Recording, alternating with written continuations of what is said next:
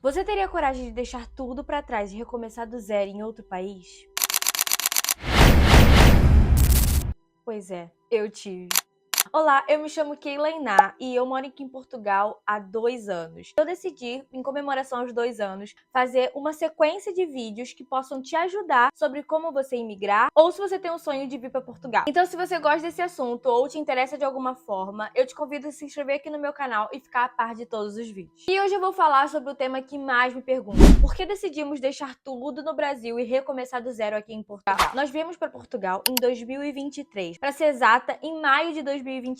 E nós decidimos nos mudar pra cá em menos de 1 ano. No Brasil, eu trabalhava em salão de beleza e o meu marido, ele era militar. E lá eu já estava numa mudança profissional, sem saber exatamente o que eu queria, em que ramo seguir, se iria ficar no meu trabalho lá ou não. E o meu marido também teria, eu acho que só mais 3 anos no militar. Então nós estávamos nessa mudança, né, profissional e pessoal. E na época nós apenas éramos namorados. Então a gente estava nesse processo. Foi quando eu decidi pedir demissão. Eu decidi sair do meu emprego para tentar algo novo. Eu já não estava feliz lá no ambiente onde eu estava, então eu pedi demissão. Então o meu namorado na época, né, meu marido, que era namorado na época, ele me pediu em noivado. E foi quando a gente começou a pensar, ok, ficamos noivos e agora? Eu sempre tive o sonho de me mudar pra Portugal. E eu sempre deixei claro isso pra ele. Só que eu sempre achei que eu viria pra Portugal com a minha família. Eu nunca imaginei vindo pra Portugal sozinha ou com uma outra pessoa. Foi quando então nós noivamos. E nós começamos a pensar sobre isso. Nós começamos a conversar sobre isso. E ele chegou pra mim e falou, olha, Keila, também tá surgindo no meu coração uma vontade de ir embora. Porque nós íamos casar,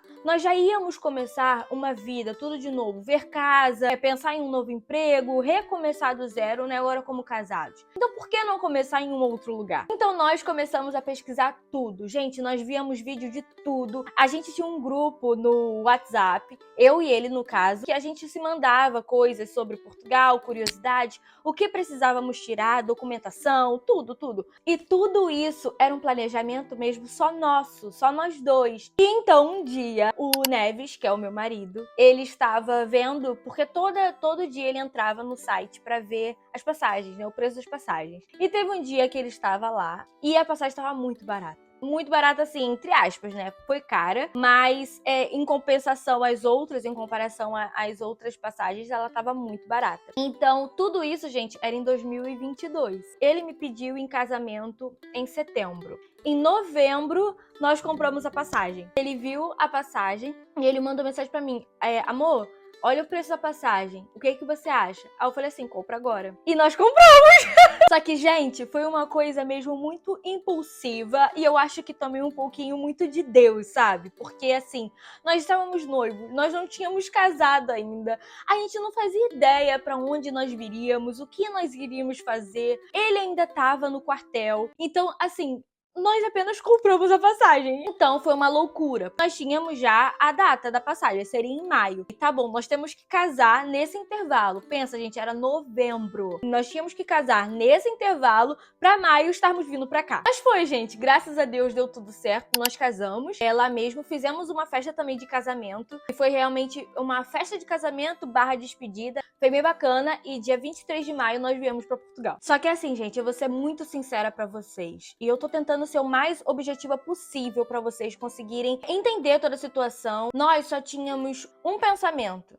Nós vamos ter que recomeçar de qualquer jeito. Porque nós sempre pensamos, ok, onde que seria um bom lugar para uma boa educação para os nossos filhos? Eu já tenho parentes que moram aqui, né, em Portugal, conhecidos. Então, eles sempre falaram como era a educação daqui, como era a vida daqui, a qualidade de vida daqui. Então, quando nós pensamos em nos mudar, foi basicamente sobre isso. Nós vamos casar, vamos ter que mudar de vida. Então, por que não mudar em outro lugar? Até mesmo futuramente. Futuramente, nossos filhos vão ter uma boa oportunidade, vão poder trabalhar em diferentes países, vão poder imigrar, é mais perto de tudo. Então, assim, é uma grande oportunidade para muitas coisas. Só que, gente, eu vou ser muito sincera para vocês. Assusta. dá medo. Só que assim, enquanto você tá no planejamento de tudo, ainda mais eu, que eu tive que planejar casamento mais viagem, enquanto você tá nessa correria, a sua mente não para pra pensar. Não para pra refletir em nada, gente. Você não pensa em nada, você só pensa, tem que dar certo. Nós viemos como turista. Compramos a passagem de ida e volta, passamos pela imigração como se nós estivéssemos vindo pra lua de mel. Nós compramos hotel, né, pra ficar. Então nós viemos realmente como se fosse pra uma viagem. Então nós entramos como turista. Então tinha muita probabilidade de dar certo, como não dar certo. Então, tinha muita coisa que poderia, dar errado. Mas naquele momento, nós não pensávamos em nada disso. É como eu sempre falei, nós tínhamos uma passagem e um sonho. Até que, enquanto eu estava ainda no Brasil, eu recebi uma ligação de uma colega minha, dizendo que na casa dela vagou um quarto. E se nós estávamos interessados, então, de ficar com esse quarto. E aí, na hora, eu falei, gente, se isso não for um sinal de Deus, eu não sei o que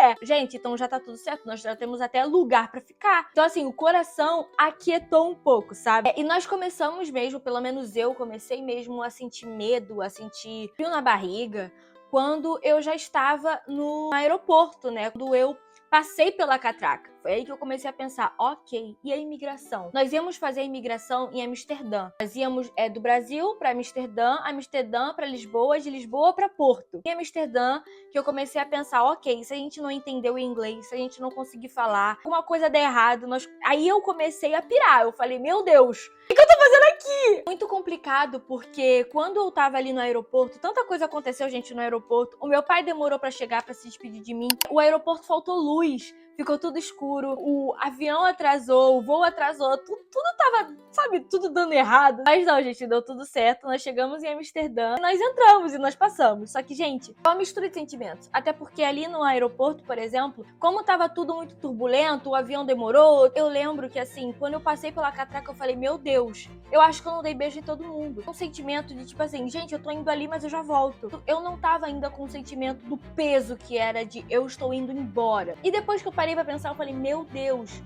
eu não dei beijo em quase ninguém. E eu deixei toda a minha família, né? Meu pai, minha mãe, minha irmã. E aí no aeroporto também foi a minha avó. E foi muito bacana, foi uns amigos nossos, foi o pai do Neves também. Tava todo mundo ali e assim, era um misto de sentimentos. Eu vou chorar. Porque dá muita saudade. Dá muita saudade, gente. Não vou mentir pra vocês, é difícil.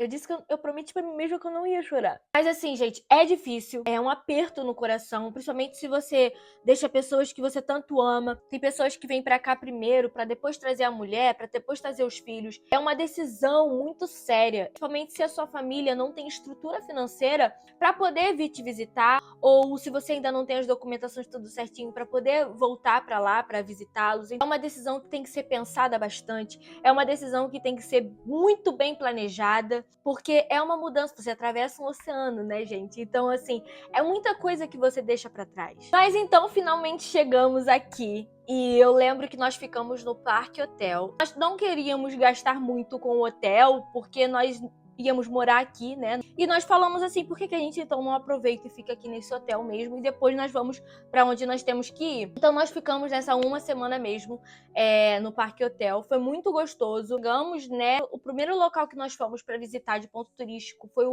Jardim do Morro. E ali no Jardim do Morro, enquanto nós estávamos vendo o pôr do sol, que foi quando a gente começou a pensar em tudo. Eu lembro que eu via muitos vídeos das pessoas e os principais pontos que estavam as pessoas eram no Jardim do Morro. Eu sempre pensava, meu Deus, sabe? Imagina eu ali, imagina eu sentada naquela grama, eu vendo aquele pôr do sol. E quando eu me vi ali naquele lugar, eu falei, cara, eu tô aqui. E foi aí que a ficha caiu. Muito louco pensar isso, que já se passaram 2 anos. Se eu pudesse voltar no passado e falar com aquela Keila, eu falaria, cara, deu tudo certo, tá tudo bem. Os meus maiores desafios que eu senti aqui no início foi a adaptação, que tá sendo até hoje. A adaptação aqui é muito difícil, porque você não tem nada, você não tem ninguém. Ter que recomeçar do zero amizades novas é muito difícil, principalmente quando você passa dos 25 anos pra mais. Gente, procura de trabalho também não é tão fácil quanto passam pra gente, não, tá? Eu lembro que assim que eu cheguei aqui, eu cheguei e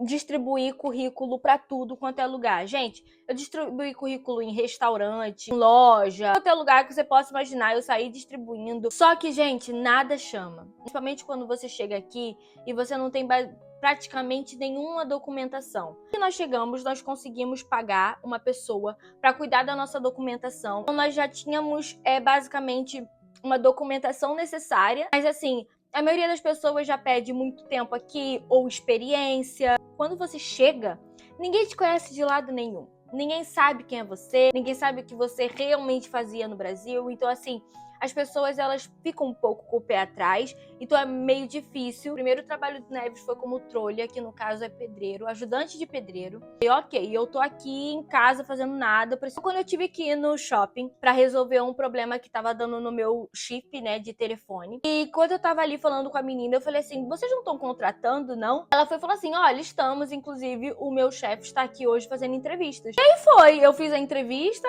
passei na entrevista, ele super aceitou.